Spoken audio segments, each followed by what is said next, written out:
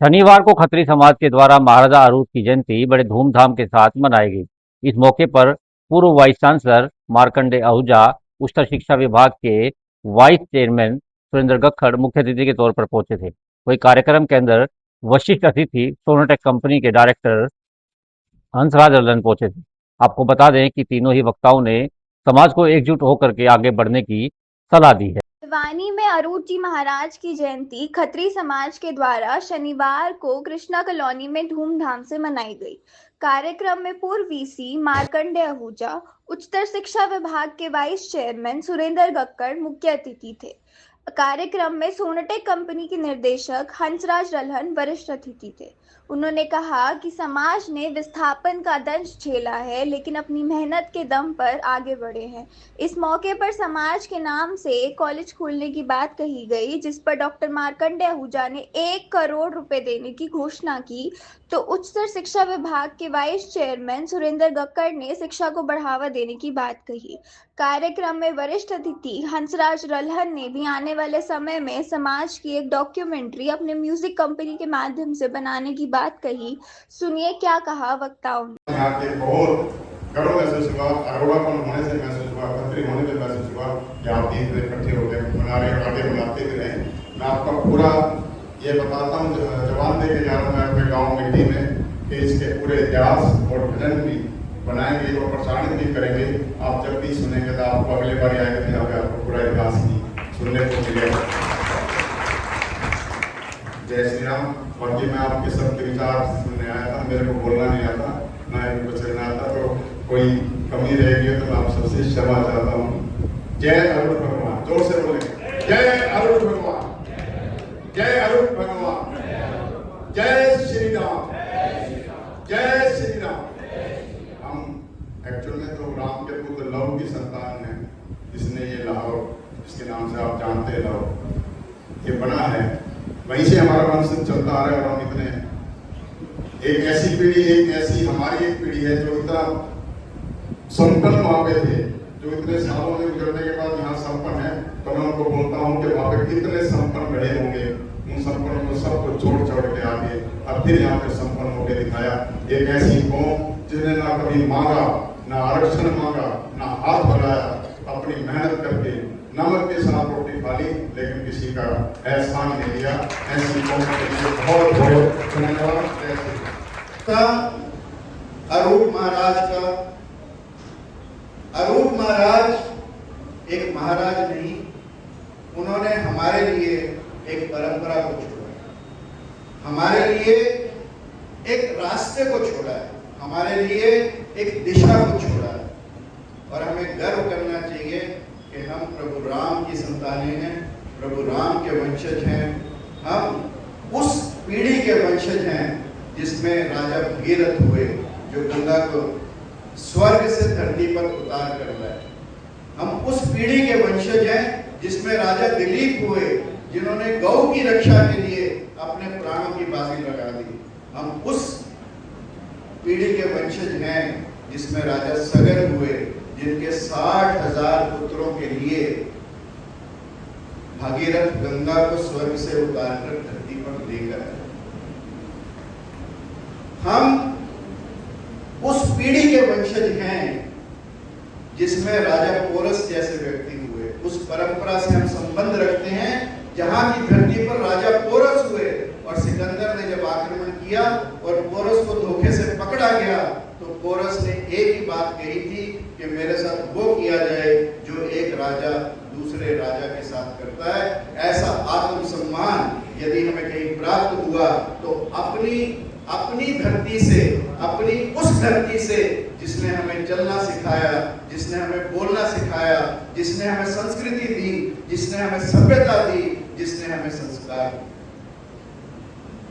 हम उस पीढ़ी के वंशज हैं जिसमें पीर रतन जैसे लोग हुए। सिकंदर की सेना एक तरफ खड़ी है, इंतजार कर रही है कि कब पानी नीचे आएगा नदी का और मैं सेना को पार करूंगा। और उसी परंपरा के वीर रतननाथ अपनी काली कंबली बिछा देते हैं अपनी सेनाओं के लिए कि सेना पार करके एक किनारे से दूसरे किनारे जा सके। हम उनके वंशज हैं। हमें ये ध्यान रखना होगा कि हम किस परंपरा के लोग। हमारी परंपरा बहुत विस्तृत और महान है। जिस धरती से हम आते हैं उसी धरती पर भक्तलाल, उसी धरती पर कटाक्ष राज और उसी धरती पर हिंगलाज मां का मंदिर। सती के जहां जहां अंग गिरे, हो सकता है इस हिस्से में जहां हम रह रहे हैं कहीं कोप गिरी हो, कहीं हाथ गिरे हो, परंतु जहां पर मस्तक गिरा सती का, हिंगलाज माता, वो हमारी धरती पर है। ये हमें याद रखना है। किस किस का नाम लूं, किस किस के लिए बोलूं, परंतु मरना है तो हमें चुनना होगा कि मरने से पहले हमें क्या करना। मौत सबकी आनी है, परंतु किस विधि से हमें मरना है वो हमें याद करना होगा। 1947 में अनेकों ऐसे उदाहरण हैं हमारे पुरखों के, जिन्होंने अपनी शहादत के बल पर हमें यहाँ पर सुरक्षित पहुंचाया। अनेकों ऐसे लोग, चाहे वो सरगोदा की कहानियां, चाहे मुल्तान की कहानियां, चाहे झंग की कहानियां, चाहे डेरा गाजी खान की कहानियां, डेरा इस्माइल खान की कहानियां, परंतु सब कहानियां हमारे रोंगटे खड़े कर देती हैं। नंदवानी जी, जब आप इतिहास लिखे अरोड़ वंश का, तो इन कुर्बानियों की, उन माताओं की, बहनों की, उन भाइयों की जिन्होंने अपनी बहनों को अपने सामने स्वयं से काट दिया ताकि वो किसी और के यौन शोषण का शिकार न बने, जिन्होंने खुद समाधियां बनाई अपनी और अपनी शौहरत, अपनी शहादत दे दी, ऐसी स्त्रियों का इतिहास भी उसमें जरूर है। और जब ये इतिहास लिखा जाएगा और पढ़ाया जाएगा, गरखड़ साहब ने बात कही विश्वविद्यालय की, मैं पूर्ण रूप से सहमत हूँ। जब सभी समाज के विश्वविद्यालय हो सकते हैं तो पंजाबी समाज का या अरोड़ वंश का विश्वविद्यालय क्यों ना हो, परंतु वो विश्वविद्यालय ऐसा विश्वविद्यालय हो जैसा तक्षशिला में था, जहां कोई एंट्रेंस टेस्ट नहीं था। आज एंट्रेंस टेस्ट से बच्चे सुसाइड कर रहे हैं, बच्चे आत्महत्या कर रहे हैं एंट्रेंस टेस्ट के चलते। वो ऐसा विश्वविद्यालय था जहां बाहर चौखट पर बैठा चपरासी ये बता सकता था चौकीदार कि तू जा इस कोर्स में जा, तो इस कोर्स में जा। ये एंट्रेंस एग्जामिनेशन था तक्षशिला का। हम उस धरती के वारिस हैं जहां पर इतनी ज्यादा हमारे अंदर बुद्धि थी जो आर्टिफिशियल इंटेलिजेंस में मुकाबला नहीं कर सकती, कोई एग्जामिनेशन सिस्टम मुकाबला नहीं कर सकते। हम उस धरती के वारिस, हमें फक्र है उस धरती पर। आप देखो, यहूदी लोग पूरे विश्व में फैले। आज अरोड़ा समाज भी कोई यहूदियों से कम नहीं है, पूरे विश्व में फैला। जिस जगह पे मर्जी जाओ, मैं तो इतने देशों में गया हूँ और इतने जगह पर अपनी बातों को रखा है। मैं आपको बताऊं, जो इंडियन डायस्पोरा है, जो भारतीय डायस्पोरा है, उसमें मुख्य रूप से यदि कोई सम्मिलित है तो वो अरोड़ वंश के लोग, खत्री समाज के लोग। और आज भी यदि किसी को सहारा चाहिए तो वो वहीं पर मिलता। कोई नया बच्चा जाता है तो उसको सहारा देने के लिए भी हमारी संस्थाएं आगे आती, और वहां पर लोग यदि हम संपर्क करें तो सब इस विश्वविद्यालय में सहयोग कर सकते हैं। और निश्चित रूप से, क्योंकि ये आवाज भिवानी से उठी है, तो ये होना भी भिवानी के आसपास ही चाहिए। और यदि ये विश्वविद्यालय बनता है और इसके बारे में सोचा जाता है तो मार्कंडेय अहूजा अपनी कमाई का 1 करोड़ रुपया उस विश्वविद्यालय में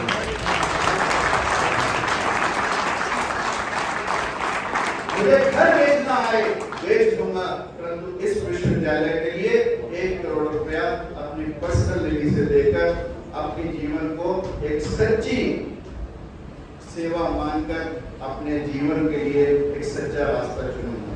गरखड़ साहब ने जो बात कही वो बहुत ही दिल को छुई, और निश्चित रूप से अब मेरा भी मन है कि ऐसा होना ही चाहिए। और ये इतनी महत्वपूर्ण बात है कि जिसके ऊपर हमें काम करना शुरू हो।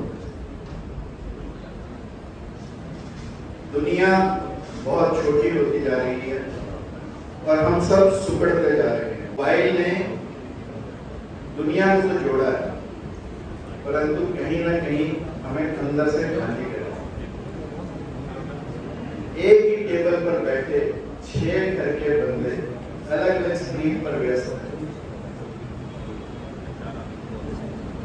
मोबाइल ने जितना नुकसान हमारे परिवारों का किया, एक बार अपने परिवार में सब लोग ये तय करें कि खाना खाते समय कोई भी मोबाइल टेबल पर लेकर नहीं आएगा। और अगर ये छूट गया और आपने चर्चा शुरू कर दी, क्योंकि चैरिटी बिगिंस एट होम, अगर ये चर्चा घरों में शुरू हो गई कि हमें अपना एक संगठन तैयार करना है, तो यही जेन ज़ी उसको ऐसे बनाएगी, एक दिन में 2 करोड़ फॉलोअर्स, एक दिन में 5 करोड़ फॉलोअर्स, तब ये जेन ज़ी काम आएगी। परंतु इस जेन ज़ी से हमें चर्चा करनी है, और जिस दिन हम ये चर्चा कर पाएंगे उस दिन निश्चित रूप से हमारा भविष्य बदलेगा, हमारे भारत का भविष्य